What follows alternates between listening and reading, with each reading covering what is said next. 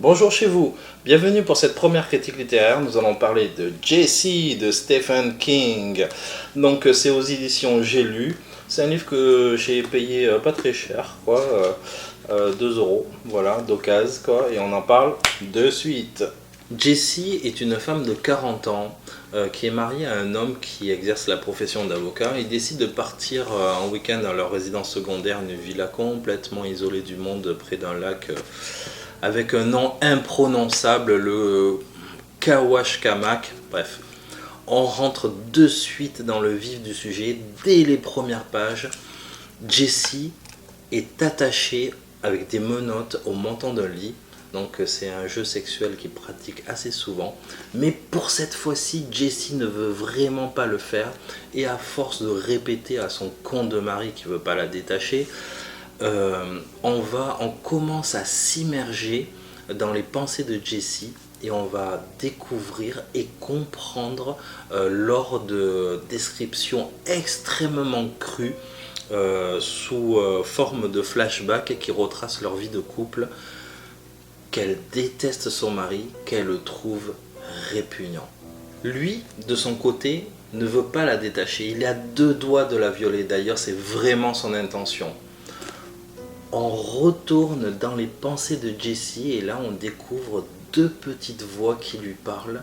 L'une lui dit « c'est bon, laisse-toi faire, laisse-toi baiser, c'est pas comme si tu ne l'avais pas déjà fait ». Et l'autre, le contraire. Au moment où Gérald, le mari de Jessie, décide de passer à l'action, elle le repousse avec ses pieds qui eux ne sont pas attachés. Le mec tombe à la renverse et meurt. La nuit n'est pas encore tombée et tous ses sens sont en éveil. Elle scrute la pièce de fond en comble. Elle entend un chien aboyer et grogner étrangement. Et au loin, dans les bois, une tronçonneuse en marche. Voilà les 15 premières pages du livre. Il y a des scènes vraiment fabuleuses et de très grands moments méga jouissifs de suspense. Je pense notamment à quand Jessie meurt de soif et qu'elle doit attraper ce verre d'eau qui est une scène d'une très grande intensité. Vu que ça dure des pages et des pages et des pages, on est complètement en immersion avec elle.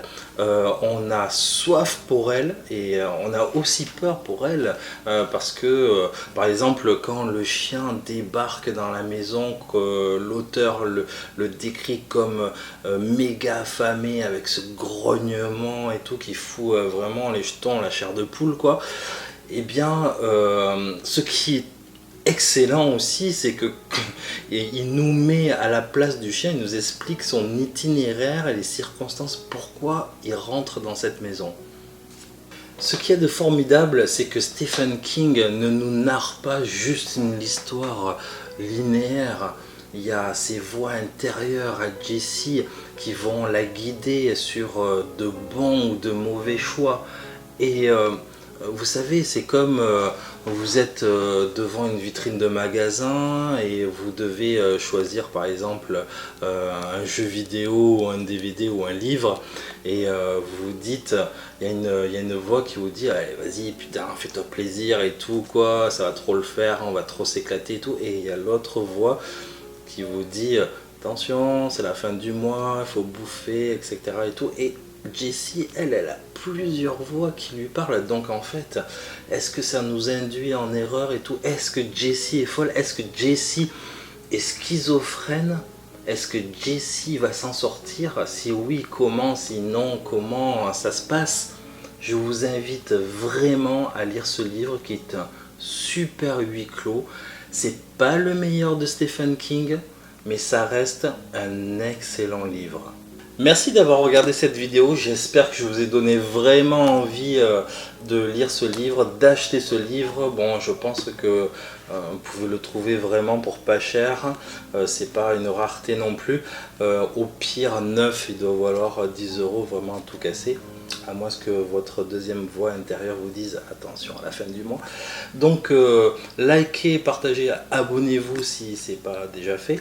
Et puis on se donne tout simplement pour rendez-vous pour une autre critique littéraire. Bonjour chez vous.